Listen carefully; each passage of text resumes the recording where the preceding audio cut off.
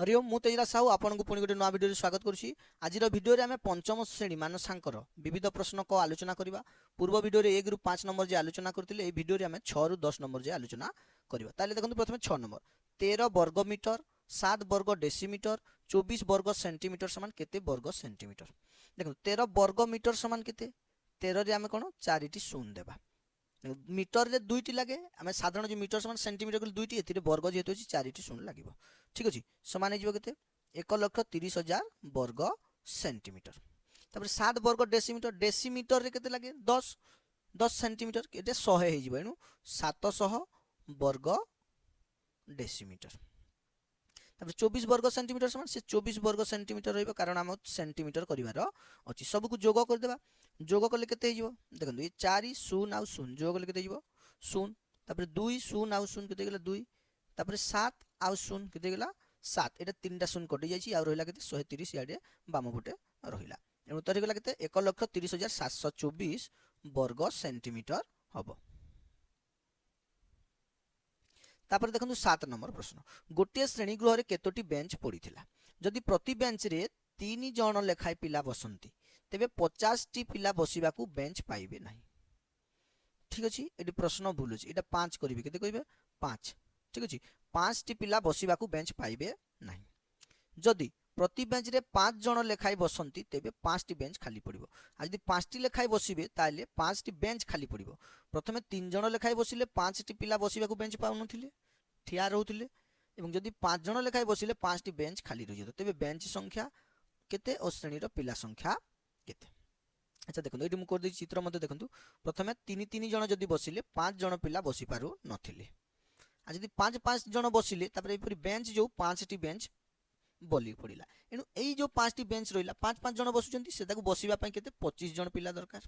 आ एई पिला जो रहि जाइतिले 5 ए माने मोट पिला नियंट 30 25 जोग 5। ठीक अछि आसंतु प्रश्नर समाधान करबा। देखंतु गोटे बेंच रे 3 जण बसिले 5 जण पिला बोलंती आ 5 जण बसिले 5 टी बेंच खाली रही। ठीक अच्छे एटा पिला नियंट जो होगला 30 बतई देली पर मध्य बतई देखो। तापर 5 जण बसिउतिले आ प्रथमे 3 जण नाही विजोग देले केते 2 जण। एनु प्रति बेंच बेंच प्रति 2 जण अधिका बसिले जदि 2 जण अधिका बसिले पिला नियंट केते एटा 5 टी बेंच जो खाली रहउची 5 × 5 = 25 एवं प्रथमे जो 5 जण पिला बसी पारु नथिले सेई 5 जोग कर देले केते गेला 30 केते 30 जण।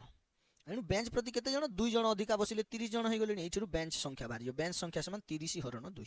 30 कोटी आसिला से पिला जो 5 टी बेंच खाली थिला 5 जण बसी थांते आ प्रथमे 5 जण पिला बोलका रहिथिले। ठीक अछि एठिरु 30 आसिला हरण 2 कोटु आसिला ना प्रथमे 3 जण लेखा बसिथिले पर 5 जण बसिले एनु 5 विजोग 3 सेटा 2 आसिला समान 15 टी। एनु बेंच संख्या बाहर गला 15 टी। पिला संख्या बाहर करबा दुईटी उपाय रे बाहर करि परिबे 15 × 3 जोग 5 कारण 3 जण लेखाय बसिले 15 टी बेंच थिला 3 जण लेखाय बसिले 5 जण पिला बसिबाकू पाउ नांती एई परि हिसाब रे बाहर कर देबे। बुझि गेला बा 5 टी बेंच खाली पडुची जदि 5 जण लेखाय बसिले 5 टी बेंच खाली बेंच संख्या केते 15 5 टी खाली पडुची 10 समान 50 पिला संख्या 50 एई परि मध्य बाहर करि पारिबे। ठीक अछि पिला संख्या 15 × 3 3 जण लेखाय बसिले 5 जण बसिबाकू पाउ नथिले 45 + 5 = 50 बा एई परि जदि 5 जण बसिले 5 टी बेंच खाली रहउतला बेंच संख्या हम बाहर कर देले 15 5 टी खाली रहिले 10 रे बसुथिले 5 जण लेखाय बसुथिले 50। ठीक अछि पिला संख्या होची 50 बेंच संख्या 15। तापर 8 नंबर प्रश्न गोटे मुणी रे समान संख्यक टंका 50 पैसी 25 पैसी 20 पैसी 5 पैसी मिसाई 78 टंका अछि तेबे प्रत्येकर मूल्य केते। देखो समान संख्यक माने सब समान अछि माने 1 टंकी जेतोटी अछि 50 पैसी भी सेतोटी 25 पैसी भी सेतोटी 20 पैसी 5 पैसी सब सेम। देखो एनु जो 1 टंका कहछि 1 टंका समान केते 100 पैसा 50 पैसी समान 50 पैसा 25 पैसी 25 पैसा 20 पैसी 20 पैसा 5 पैसी 5 पैसा सब को जोग कर देबा 5 5 10 0 1 हाथ रे 5 9 10 0 1 हाथ रे रहला पुनी 1 1 200 पैसा केते 200 पैसा। एनु प्रत्येक रु जदि गोटे गोटे नेबा 200 पैसा हेलानी। ठीक अछि अब मोट पैसा थिला केते 78 टंका समान केते 7800 पैसा। प्रत्येक मुद्रा संख्या केते हमें कोन करबा ए जो 200 पैसा अछि ताको हमें कारण प्रत्येक रु हमें गोटे गोटे नै छी।